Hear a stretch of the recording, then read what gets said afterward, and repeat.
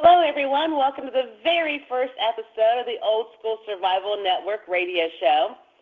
We decided to launch this online virtual community for our old school boot camp folks who've attended, who are going to attend in the future, or people who are just too far away but want to connect more with other preppers into I hate to use the term safe space, but a spot that's meant just for us.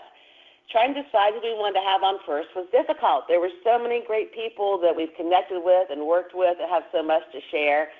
And after thinking about it for a little bit, there was one important concept of prepping that I think is one of the least talked about and one of the most important, as much as the beans and Band-Aids and bullets. And our dear friend AlphaSixx has just launched a journey into learning more about this untalked about, unthought about aspect of prepping. So we were thrilled when she agreed to come on. For those of you who might not have heard of her yet, AlphaSixx, also known as Suze to her friends, she's been an active contributor to the preparedness community since about 2016.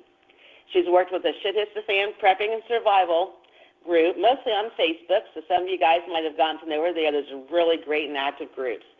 She's also a homeschooling mom of 4 pretty cool little kids. And right now she's an urban prepper, but she's working on her move to get her own little survival homestead going with family. And she'll be near her sister's farm in Michigan.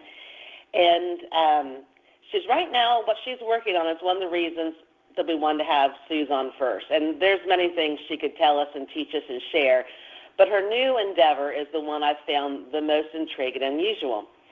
She's working on a national certification for wellness coaching, nutrition, and herbalism at Hill College, which might sound to people like some hippy-dippy, funky, maybe form of homesteading kind of prepping. That's one of the reasons I wanted to have her talk today, because talking about a holistic approach and our emotional, anxious, mental state on top of our physical and stockpiling is really important. So Suze is here, and she's wanting to talk to us about this new approach that she's just starting to learn about, and it really helps bring into focus the chaos of all of our personal goals when we're trying to get everything together, decide what we're going to do, making a plan. Just getting overwhelmed there is a starting point, and I think that's where Suze became intrigued with this concept, and I'm going to let her explain more to you about that because she is our soon-to-be expert on this topic. Welcome, Suze. Thank you, Tara. I appreciate this opportunity. Well, I'm so glad you decided to talk about this. I'm sorry, I didn't lose you, did I? No, we're good. Go ahead. Okay. Well, I really am excited that you want to talk to folks, and I could have gone on for 15 minutes about how amazing you are, and I might say more amazing things about you as we go on. But I really just want to turn this over to you for a while to explain the concept of prepping that's really intrigued you at the moment. I know what your background is with the urban homesteading, and you've been doing a lot with female prepping for women, because we kind of maybe get off to the side a little bit in some of the things in prepping that maybe been more traditionally male, but do not have to be. And that was your big area of experience in the prepping world. But what you're doing now, I think, can be very beneficial to all of us no matter where we're prepping. If we're prepping in a city or a suburban area, which for God's sakes, move. But if you're prepping there or in a rural area, if you're prepping alone with a big group, it doesn't really matter how or where or why you're prepping. I think this whole prepper approach could benefit all of us. Yes. And when we're talking about holistic, it's not just hippy-dippy, of course. Holistic health and wellness, when you think about it, is you're taking all aspects of a person and creating this new, and not creating a new thing, you're developing these parts of yourself to be a well-rounded individual, right? So you're talking about the physical aspects, your mental aspects, and for many of us, the spiritual aspect to help round out like how we live our lives and how we find joy within our lives and things like that. And I think that in the prepping community, I think we already approach that in some ways as we go through our preparedness journey, because, when I first started getting involved in preparedness, it was out of fear, and I was anxious, and I was trying to do 20,000 different things at one time because I was like, I got to do it now. Everything has to be done right now. And luckily, once I got involved with SHTF, and we were a very small group at that time, only like 3,000 people, it was easier for me to grasp the concepts that the folks who were, have been in the sustainable lifestyle, prepping lifestyle for a longer period of time, it was easier for me to grasp the concept that you don't have to do everything right now. And you're not preparing for the big things. You're preparing for the little things. You're preparing for realistic things. So in the prepping community, you kind of go through this journey of, I got to get stuff, and I'm going to feel secure if I get stuff. And then once you start going a little further along the path, you're like, start thinking about how you handle things. Like, how do you do under stress? Like, can you make split-second decisions?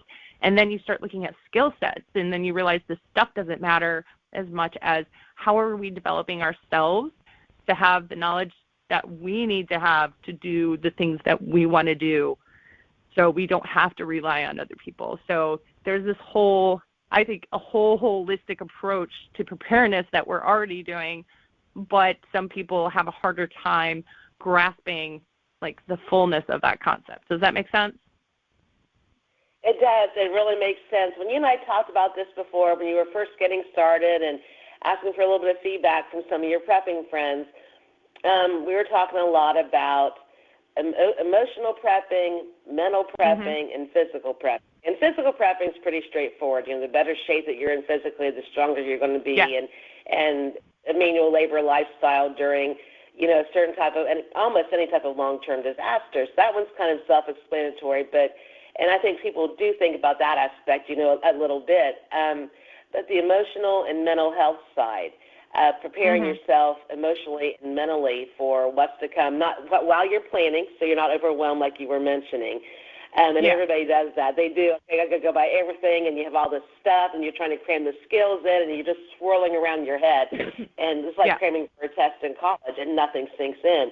But the emotional and the mental health side is just something I think people need to think more, and not even in broad strokes to be great, but just in some very realistic, like you mentioned, scenarios. When you and I were talking about the emotional side of prepping, I told you about when I first decided to join my wonderful husband, Bobby, in his prepping stuff, which he had been for years. You grow up country, you kind of are to some degree anyway. You know how to shoot, everybody knows how to hunt. You grow and can food. So you grow up with more of a self-reliant mindset than a lot of city folks anyway. But we had a storm, knocked out the power for a week and a half in this whole region. 10 years ago now, I think, was Bree's 16th birthday weekend. And it was a heat wave, like 103 degrees literally in the shade. It was the hottest we've ever had, power's out. Everybody suddenly had to deal without modern comforts. So, no air conditioning and all that kind of stuff. Water coming out of the tap was warm. Gas stations were closed. It was rations. You live out here, you drive a truck or an SUV, and the gas you're allowed to get barely got you to the store and back. If you wanted to run a generator, you were just out of luck. So there was some stress there for people, which is one aspect of it. But after the end of that week, week and a half, when everything came back on, I told Bobby, okay, you're right, and it's prepping for little things like that, like you mentioned, that are going to happen. I told him I would be all in with this prepping with one condition, and that condition was when somebody, because we were still small town living then, we hadn't moved out here to our survival retreat, survival homestead, but I told him that when people came to beg for things that weren't preparing, I was the one that would get to deal with them, because I know my husband, and he's the sweetest man on earth. Now, that sweetness, he'd still put a bullet in your eye if you were a threat, and even don't mistake that, but he's sweet, and he's a man, and if a woman came up, could have been somebody we knew or didn't know, crying in tears that she was hungry, and so was her child, he'd be giving things away because he couldn't stand not to. He couldn't turn them away. And that was the kind of emotional side of prepping that I thought of, and that people sometimes talk about, but not often. You don't want to think of that. And I could do it. I wouldn't want to do it, but I would, because we have that time kids and now grandkids, that those people there, the couple of cans you give them, that's not going to help them very long. You do that to 15 people, you're taking food out of the mouths of my grandkids, and you're also alerting people to the fact that we have stuff. And I considered that a big security issue. And I just figured it would tear out my heart, but I could do it without without breaking down or being upset without hesitation. I think that's a mama bear, grandmama bear kind of thing. But that's something that in the Christian charity and that you think about. And that's why I try to do a lot to help in our community and our family and extended friends that don't prep, to educate and help them now. I'm all for charity in my time now, but I'm not going to be dealing with the people coming up saying, can I please, because that would hurt my own family. And those are tough choices. And I wrote a little bit about that. James Wesley Rawls did, and I'll probably really tick off Rawls fans. Great, amazing thinker, planner, not disrespecting any of that. But his ideas about Christian charity, we need to have stuff set aside to hand out to those folks and a plan how to do it safely. I don't see a safe way to do that, not in a community like ours where everybody knows your name and they know your face. There's no way to safely delve out supplies.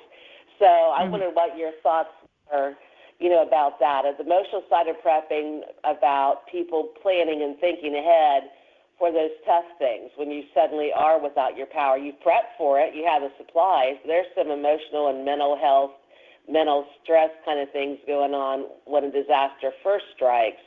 And then dealing with those things, the folks you go to church with, or you've helped at the athletic boosters booth selling pizza every week for 10 years, how you're going to emotionally deal with non-preppers who are in need. Okay. All right. So my personal... So big one after right out the gate, Sue. I know you can handle it. Our personal family philosophy on this is, we do what we can now to help people find what they need. And if it ever came down to issues or problems, long-term situations, we will help people find what they need. But you're not taking our shit. Oh, sorry. I'm not sure if I was supposed to cuss on this. I'll try to keep it family friendly. I'll try to keep it family friendly. Sorry, but no, that's kind of how we operate already. We live in a neighborhood where we do help people with things. We help people do things because we have skill sets and we know how to do things other people are not skilled at doing, even just simple building projects or landscaping things, or they need help moving a couch, stuff like that. We do basic things for our neighbors already. Even during COVID last year, my neighbor was out of toilet paper. I was like, you know what? I will keep an eye out for you, and if I see some, I'll grab some. Guess what I did? I grabbed some, and, she paid me for it. So that's how it's supposed to work. So, doing what you can to help people. At the same time, if you want to step back and look at it from, if I were trying to help somebody get to a point, how do I want to phrase this? If I was trying to help somebody get to a point where they can make a decision about how they want to be sustainable and how they want to handle people, I think we really have to look at, you have to look at your core values as a person. Like if you're a charitable person and you feel that that's going to be who you're going to be in a situation, in a stressful situation, okay, that's great. But you need to be able to handle the pressure that comes with being that charitable person, like you were talking about. Bobby would hand stuff over, and you're like, we're not going to do it this way. So, but you have to be comfortable in your skin, and that's all about personal responsibility and making your own decisions. You have to be able to live with your consequences, correct? That's kind of how it goes. Yeah. And when it comes to personal responsibility, I think I know one thing that's helped me is like doing self-growth and doing like leadership trainings and mentorships and things like that. One thing I realized very quickly years ago when I started doing things like that was I am responsible for everything I do. And once you accept that responsibility and you stop blaming other people for your problems and your issues, you take on a different persona and a different perspective on how you handle situations, because I cannot control the actions of others. I can only control my reaction. So when it comes to, it's thinking about SHTF situations, and, most situations are smaller situations. Like, let's say you lost your job type of a thing, right? How are you going to handle the stress? Are you going to blame your boss for losing your job? Are you going to blame your coworkers for losing your job? Like, who are you placing blame on? And are you living in that blame, or are you moving past that blame? And if you're somebody who can go self-analyze and be able to be like, you know what, I could have did this, and this better. At the same time, next time I can do this, and this better, and let's move forward because we got work to do, instead of living in the same place and being upset, because then that inhibits everybody around you and your family from being comfortable, and they'll be stressed out if you're stressed out. So if you can maintain some semblance of taking personal responsibility in emergency situations, such as power outages or such as job losses, and maintain some sort of calm and find some lesson within the pain, I guess you could say, and you can move forward, that's really kind of mentally kind of how we should be working. And when it comes to charity, like I said, it's going to really be up to you as a person on what level of charity you're willing to give and what you're willing to do for. Right. Yeah, and what you're willing to do. Thinking about these questions now, I think, is really important. That's what I thought a lot of your training and preppers understand that and thinking about some of these questions now, issues that will come up, not really can. They will. And because you're thinking about, okay, if it's power outage or power grid down, whatever it might be, from a small scale to a large scale, and you're thinking the domino effect, okay, the economy, you're thinking 3 or 4 steps ahead of what could happen, how you deal with it, which is very wise in your survival.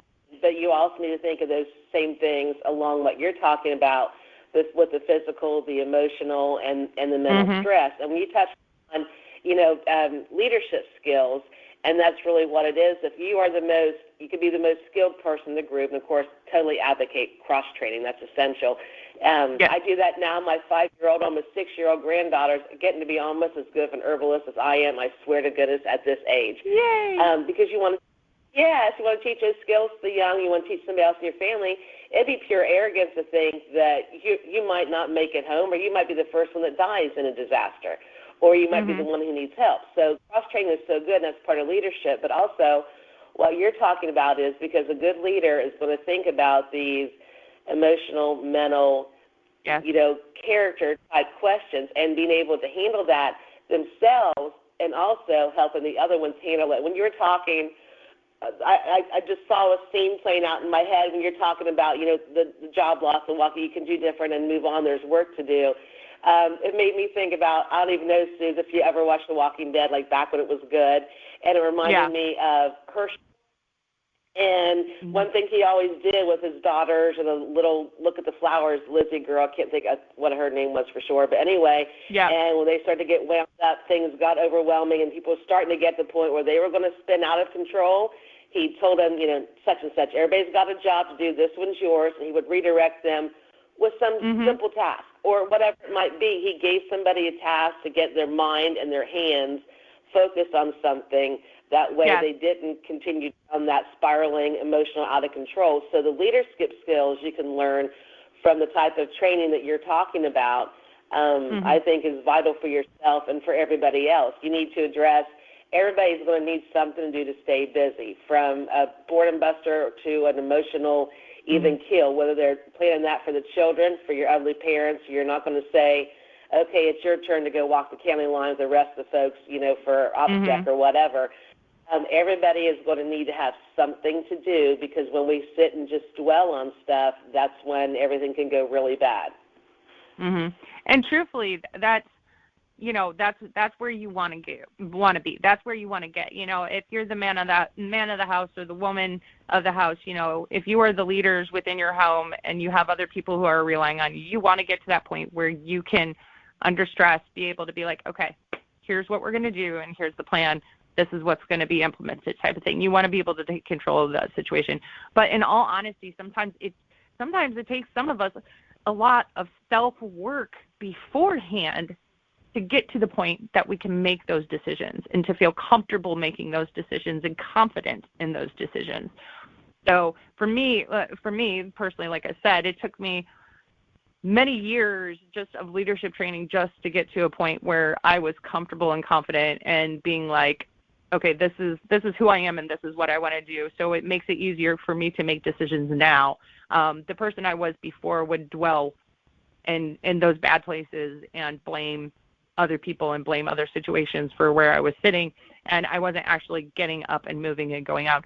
So don't think in an emergency situation you're just going to be able to, not everybody, how about this? Not everybody's going to be able to make snap decisions and make sound snap decisions.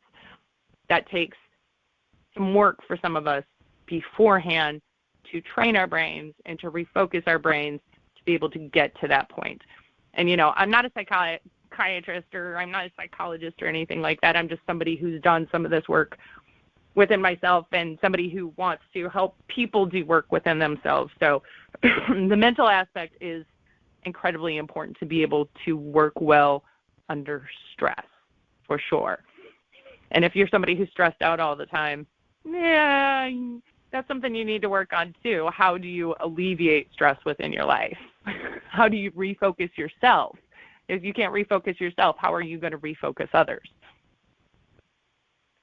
Exactly. And I hate this phrase. It sounds like some ultra-liberal New Age BS, but I'm going to use the phrase anyway. Personal inventory. I don't know what you call it that. You call it assessment. A lot of people are very good at knowing themselves, their strengths and their weaknesses. Not everybody, are like that. So sitting there and thinking about everything that you've said and think, okay, you can play out the scenarios and you can be absolutely right about whatever it is you're concerned about prepping for. The on the job losses were little, but the everyday kind of things to weather-related short-term or some long-term thing, whatever it is you're prepping for in your family, your region, whatever, and you can play those scenarios out really well. You need to be able to think about, okay, here's what I'm saying is likely to happen if A, B, or C unfolds. Yeah. Then you can think, do a personal inventory and apply, okay, I or my loved one or whatever, this is going to be a problem. So you can, if think you know what type of dominoes are going to fall and things you're going to be faced with during disasters you're concerned about. I think that combined with doing a character assessment and knowing yourself will help you be much more honest with yourself and doing one for everybody in your family, whether they know about it or not, whether you put pen to paper, if you're thinking, okay, I know that, my daughter, my son, my whatever are going to struggle with this, are going to excel at that. That way you can kind of plan to help them and to know what you're looking at in your house. You're going to be dealing with shit in your house. I'll use your first word there too. That's fine. And there's a lot of ways that people can actually accomplish this. If you think about it, I mean, it sounds hokey pokey, but go do a Myers-Briggs personality test to see kind of how your personality lays out. Have your spouse do it. Have your partner do it. If your kids are old enough, have them take it, and that way you kind of know what personality types you're kind of working with. There's several other good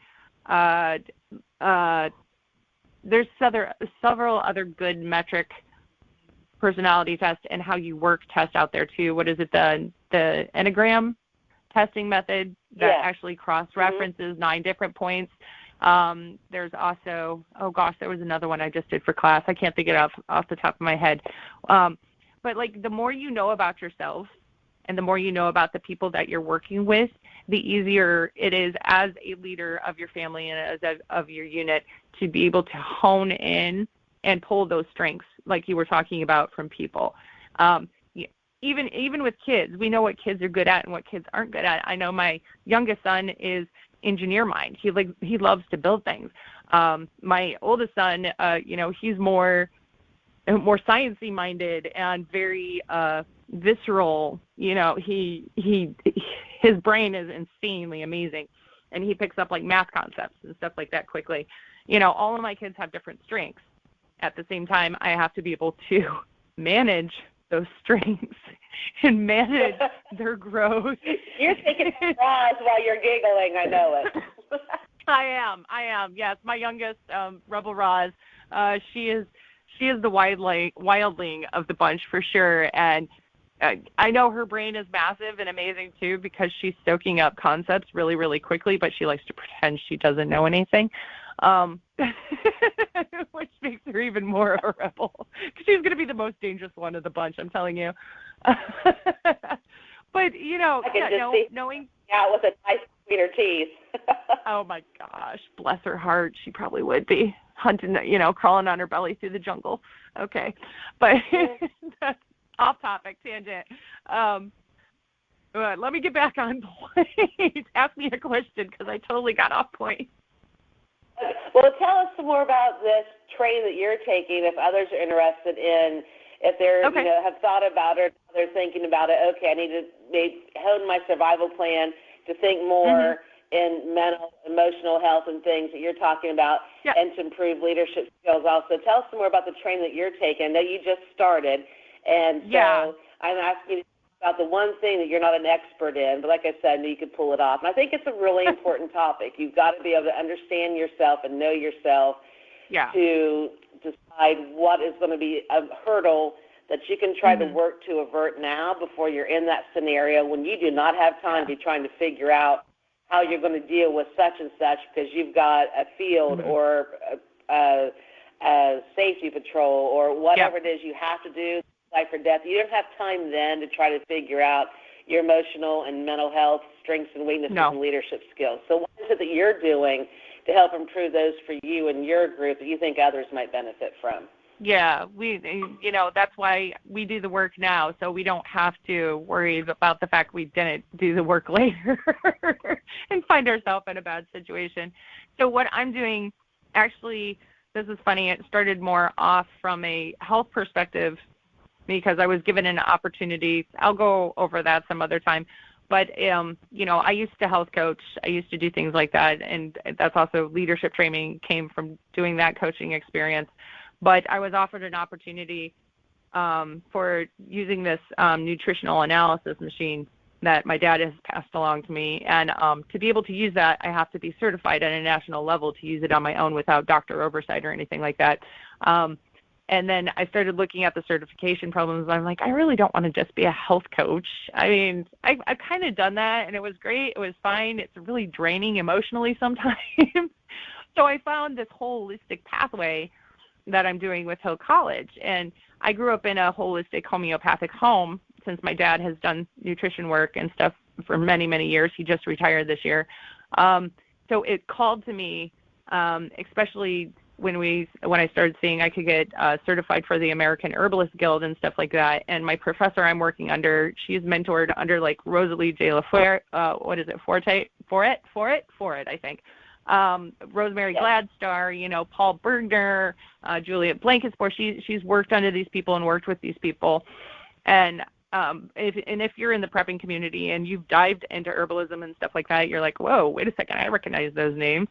And so it kind of excited me to see somebody working with people that I kind of upheld as experts in sustainable living and culture and things like that. So a holistic approach, like I was saying in the beginning, is bringing your physical self, your mental self, and your spiritual self into a well-rounded area. And, none of us are very well-rounded. I'm definitely not very well-rounded, and I'm working on it. But, when it comes to, especially I looked at it with health coaching, a lot of us, that goes towards physical fitness and physical health. And it also goes towards like our long-term storage goals, because if we know how to eat correctly to give the body the nutrients it needs to be able to up our immune system and be healthier and things like that, then we're giving ourselves an advantage. And then you bring into the sustainability aspect that goes kind of into the herbalism with being able to grow your own food, knowing plants that work together and don't work together in symbiotic relationships, and then getting to the point, which I'll be getting to next year, not this year, but next school year, I'll be focusing specifically on herbs, getting to the point to be able to help the body sustain itself when there are issues going on. The mental and spiritual aspect is like I was talking about with growing yourself and growing your body and growing your mind to be able to make decisions for yourself that enable you to become not necessarily just a better person, but a more well-rounded, balanced person. Because none of us like being in chaos. We like to, I don't know about you, but I like being in control. And when I'm not in control. I've been told that once or twice. My son-in-law calls me a dictator, and I tell him as long as he knows who's in charge, we're just fine. Exactly. But, some people just don't have have as much confidence as we do. So you have to help guide people along on how they can become more confident in themselves and their decisions. So when I started looking at this coaching aspect, I started looking at our preparedness community and how truthfully, once you get into preparedness, it is a holistic approach to preparedness to make sure that you're well-rounded and you can hit, I like to say I know a lot about a little and a little about a lot. So it's being able to know enough about something to be able to implement a solution at some point, especially for those of us who want to stand up and be leaders in our little villages we're creating and families that we're creating. I think another great part about what you're doing, and there are many, this training sounds really great, and the herbalism. It's insane. It is. And some people are afraid to dip their toe into herbalism because they are overwhelmed. Well, I can't ever. It'd be like taking a class, learn some biology class or something, learn all the bones in the body or astrology for the stars. It can seem too daunting. And thankfully, I grew up with a little bit of that, and I'll credit some of my gypsy heritage for really being pulled in that direction. And I was just mostly self-taught. It evolved. That's so much easier than not having any point of reference and then diving into it, because it can be overwhelming. And hopefully at some point today I'll be done finishing hopefully the last final edit on our first Old School Survival series books, the Survival Apothecary Handbook. And it has an approach similar to what you're talking about, because it doesn't just tell you what herbs do what. It also talks about the nutrients and how to use them in in the food, and how to forage for them and how to find them. So it does. It's more than just. None of us prep in a vacuum, and knowing how, like you said, the relation between things. So that was one of the things I liked about this book, because it wasn't just here's a list of herbs and pretty pictures and tells you their names, their scientific names, which nobody can ever remember, and then maybe a thing or two that they do. It's okay. Now I've got to go get online or pull up every one and find it. This kind of gives you, a well-rounded idea of what you can do with a certain thing, and some recipes too. But I think that it could come off sounding a bit sexist, and it really isn't intended that way. But as you've done with your Shit Hits the Fan ladies prepping, there are women who are not as comfortable or a background in guns. Maybe they haven't grown up rural like I did, or they've not even grown up urban and gotten to concealed carry. I know our friend Judy Phelps, who runs the local gun range and training center, she was at our boot camp. She does some classes specifically for women for that point, because it can be intimidating, just like the herbalism. And she has a Lady Warriors weekend and all these things that are really neat, just to get the women being trained by other women and away from the men in case they do feel intimidated. And I think that the avenue that you're pursuing, I know you said you know a lot about a little about a lot, for women to be maybe more of an active and engaged and inspired partner with their husband or boyfriend or whatever they're prepping with, I think that the classes you're taking might be a more easy step, comfort level-wise, for some women, that they can, okay, I'm not going to be able to hunt or fish as good, and I'll learn how to shoot, but I might not be as good. And that's not saying I don't know many women who love guns can shoot well. I'm just saying in general, there's especially ones that are new. We've got a lot of post-COVID-19 preppers, and their point of reference isn't the weapons or the orienteering or foraging. So, so this would be another avenue that might be a way for husbands, maybe, or boyfriends to get their wives more interested, because this is less, intimidating. It's not like guy bravado, muscle, this is a man thing, beat on your chest to do. So learning about the more emotional aspects about the herbalism might be something typically non-prepping or newbie women might feel comfortable in delving into to get a more active role in the family survival plan. Even though herbalism can be intimidating, what you're feeling like these classes are, and GladStar is awesome, talking about these classes, it starts you at a level where you're learning. It's not, okay, they're expecting you to know all these herbs or you're going to be lost. So is it a good class for beginners you're taking? If we're talking specifically for herbalism, no. If you want to do specifically for herbalism, I highly suggest going and signing up with Herb Mentor and learning herbalism. If you don't have anybody to teach you hands-on, because truthfully, that's a lot of what we're going to be using is Herb Mentor for like some of these herb lessons and stuff. But what I'm learning in my clinical classes and stuff right now, my teacher, of course, is an herbalist, so she's able to kind of go over some of these basic things and, the different energetics and stuff like that. So I'm getting led on herbs with extra supplements. The classes that I'm taking, though, they're covering, we have our self-work, we have our business skills, because everybody who's in the class is trying to become like a wellness coach. I'm the only one who's taking it in kind of a different direction. And then we have our, what do you want to call it? Oh, gosh. Coaching skills, and then my nutrition class is my nutrition class, that is very kind of bio-based, even though she keeps it high level as possible because she is a biology teacher. So if you want something immersive, yes, this pathway is great. It takes a lot of time, just FYI. It's like I'm probably going on like 20, 25 hours a week of work I'm putting in right now, and I feel like I need to be putting in more. But if you're just looking for herbs and stuff, do something like Herb Mentor, because it leads you, it guides you, it gives you videos, it talks about the same kind of things, the energetics and stuff like that. Look up Rosalie's website. What is it? Learning Herbs. She's from Rose Mountain Herbs, and she does little trainings on her website and stuff like that. Learn from the people that you can learn from if you're specifically looking for herbal.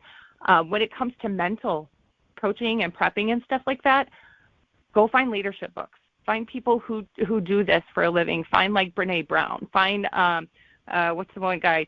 21 Irrefutable Laws of Leadership. I can't think of his name off the top of my head. Go read books that are going to grow your mind and expand yourself.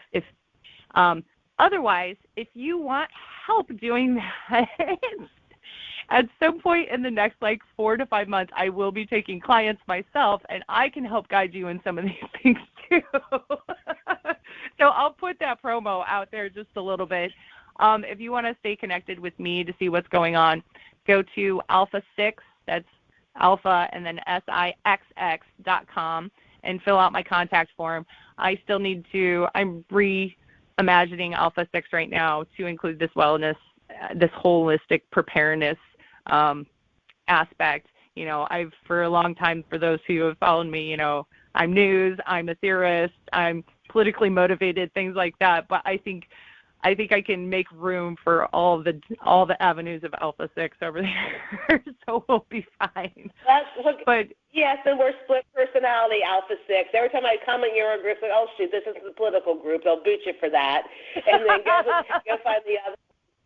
But I think when you start doing this, even though you're still new at it, I think you would be a great resource for the other preppers, because you're coming from the same background and the same goals, and you're thinking about the same types of things that you're going to go through. And the prep charity thing and the emotional and the stress, I think it'd be something that the folks, if they thought about it, would really like to delve more into. And I think you could be really helpful with that. Like my dear prepping mentors, Rick and Jane Austen. Jane always says, we're all in this together. And that's the mantra they've taken with helping so many people. One of the things that led them to start Prepper Camp.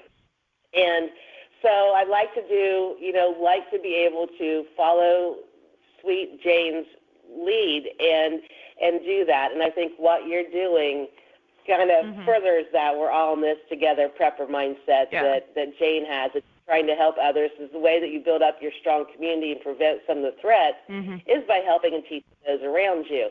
So the more well-rounded and the more leadership skills all of us have, the more we can do that. Trying to do outreach with non-preppers can be flippin' exhausting, but it's important to do. And so, that's a good way that maybe that somebody can help bring in some non-preppers in there that are loved ones. With you, part of your coaching, I think that'd be another really good aspect. That'll be a frustration people have. Like, I love my best friend or my, my cousin or whatever, and they've got all these skills, could be in our group because they've got hunting skills. They're an ENT or something. They're not into prepping. So that might be something, too, that can, the coaching could help with, or something for you to think on. It could be. And if they're learning about herbs, think on that. I've thought about that quite often. And at Christmas time, I actually try to do even more outreach. And Jane and I had talked about this once, and people that, you made homemade bread, or you're giving them something you can from your garden, or our tribe here, our local old school survival boot camp folks, we get together once a month, and I've been doing herbalism classes with them, making all natural salves. We did deodorants and chapsticks, and then they take them and use them, and I've heard so many stories about my salve, people want it. So that gives you an opening when you're sharing something you've learned through herbalism or something else, the folks that really aren't preppers. So I think a question you might get asked when you start your official coaching, or something you should pose to folks to think about, is, the non-preppers in your life and your neighbors, and more secure you can make your neighborhood, your town. So that's something else to think about. You work on this holistic, well-rounded approach, I think. Yeah. Well, and a lot of what makes me think of it too, because I've worked on that education side too. That's what we've done with SHTF all these years. Is we come from the keep it simple, stupid mindset, the KISS mindset. You don't have to be overwhelmed. And I taught the preparedness basics class this last year because that's something I'm really good at. I'm brilliant in the basics, and I'm brilliant at helping people find a focus and be able to help set a goal to get them to where they want to be, type of a thing. And some people just need that little extra helping hand, but I can't help everybody all the time online. It's not going to work that way. So I think taking this personal approach of being able to help people one-on-one is going to be beneficial for me and beneficial for the people that I'm helping in the future. Yeah. I think you will get a lot out of helping folks, just knowing your heart, as they will from being helped by you. And then just, you can see or hear that sound of relief in their voice when somebody just feels reassured, and you tell them, it's okay, you've got this, you're on the right track with this, let's work on this. And just that reassurance you get from talking to a friend, you're talking to Susie, your prepper friend. So, I think this is a great, great path for you to be on. And for somebody who's not really got to interact with Susie at all, and this is their first time, you check out some of those groups that she helps leads are wonderful. Maybe you've taken her class at Old School Survival Boot Camp, or you've met her at Prepper Camp. But she is just one of the most giving and sweetest people. Before I met Suze, I kept hearing all these great things about Suze from my husband. He called her AlphaSixx most of the time, and some important things she's posted on her political arm, AlphaSixx, or on something else in the information. And I was always just thought, wow, that's great, and that's intriguing, and just, thought she's, this going to be this great prepper woman, intelligent, and really enjoyed the knowledge sharing. But I thought she might be a little too intense and not friendly, and wasn't she somebody really want to hang with around the campfire? Oh, I was so wrong. After 30 seconds meeting her in person at prepper camp, it was like, okay, instant best friend, sweet, bubbly. So, and I think that's part of your well-roundedness. When you look at prepping as life assurance and not terrified, scared, angry all the time, that totally stereotypical misconception of preppers, when you're looking at it as we're doing these things so we can go about our daily lives and that we're ready for something if and when it happens, that's a big difference in your mental outlook when you're prepping. And I think too many people get you saw that during COVID with the non-preppers. They were flipping out. You couldn't find toilet paper anywhere. And I had people calling me going, how do I start? Yeah, exactly. So I think that the coaching you're going to offer folks is going to be wonderful. And again, they go, where's the best way to contact you, Suze, for folks? The AlphaSixx.com? I would go AlphaSixx.com, like I said, AlphaSixx.com, or you can do it on Facebook. My public page on Facebook is AlphaSixx. My public profile is Sixx Foster, SIXX FOSTER on Facebook too. Like I said, I'll be developing things. I'll shoot out emails as I launch stuff. So make sure if you go to AlphaSixx.com, you stick your email and contact information in there. So I have that, and I'll let you know when I'm launching new things. So thank you, Tara. I appreciate it. You make sure you give Bob a hug for me. I will give him a hug when he's allowed back in the house. I threatened anybody who came within 100 feet because my spunky beast of a dog would go nuts. And so everybody was banned from coming anywhere near the house. So when I let him know he's allowed to come home, he will get a hug from Sue. Sue says there's 3 things you could offer for advice or guidance to folks along could be your new holistic route or your beginning preps, or especially for the lady preppers. What are 3 tidbits to think on or ponder, or something you want somebody to know? I'm going to put you on the spot for 3 smart things. Oh, man. I think number 1, of course, is... About that ahead of time? Okay. All right. I think number 1 is the kiss. Keep it simple, stupid. Don't overexert, don't overthink everything at first, because that's when you get chaotic and that's when you make mistakes and you start putting yourself in too many places at one time.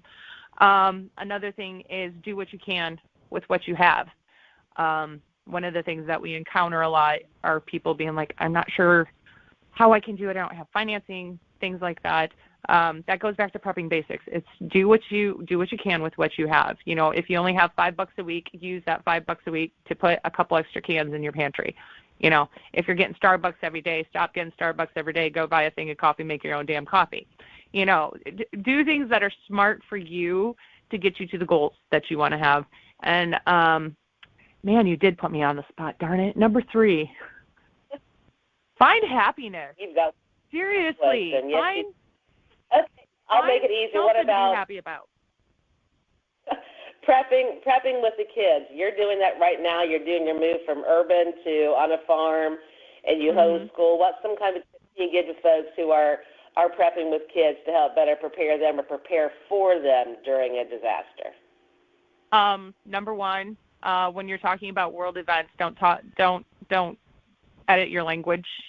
Your children are going to listen to everything you and your partner say to each other all the time. The kids need to understand, even if they're just hearing it in passing and stuff, what's going on in the real world. Number 2, involve them in what you're doing. Involve them in skill sets. Involve them, have them help you start a fire. Have them help you do dishes. Have them help you chop wood. Have them do things with you. And then it becomes normal for them. It doesn't seem weird when they're going to have to be doing that at some point, when the power is out or it's a bad harsh winter or something like that. Work with them. Have them work with you. I don't know. What would the 3rd thing be with the kids? Read. Make sure they can read. I was yes.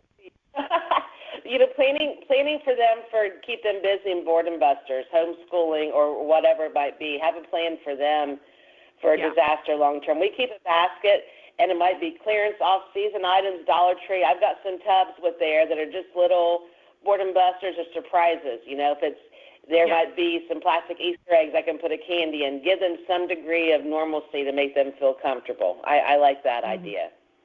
I love that idea. And you're right about editing your language. I don't think you're right about editing your language. I think I failed at that. Not that I was doing really any cursing in front of them, but when one of your young grandchildren looks at you and asks why God created Joe Biden, you realize maybe you've talked about it a little bit too much in front of them. So You're right. Yeah. And I told him God loves Joe Biden just so much as the rest of us. He's just bad for our country. And I realized I better stop thinking about what I say in front of the grandkids when the news is on the television. Let's go, Brandon. Yeah, let's go. That's a perfect way to end this first one. Let's go, Brandon, and thank you, Sue, for coming on. Thank you, Tara. I appreciate you. Bye. Bye.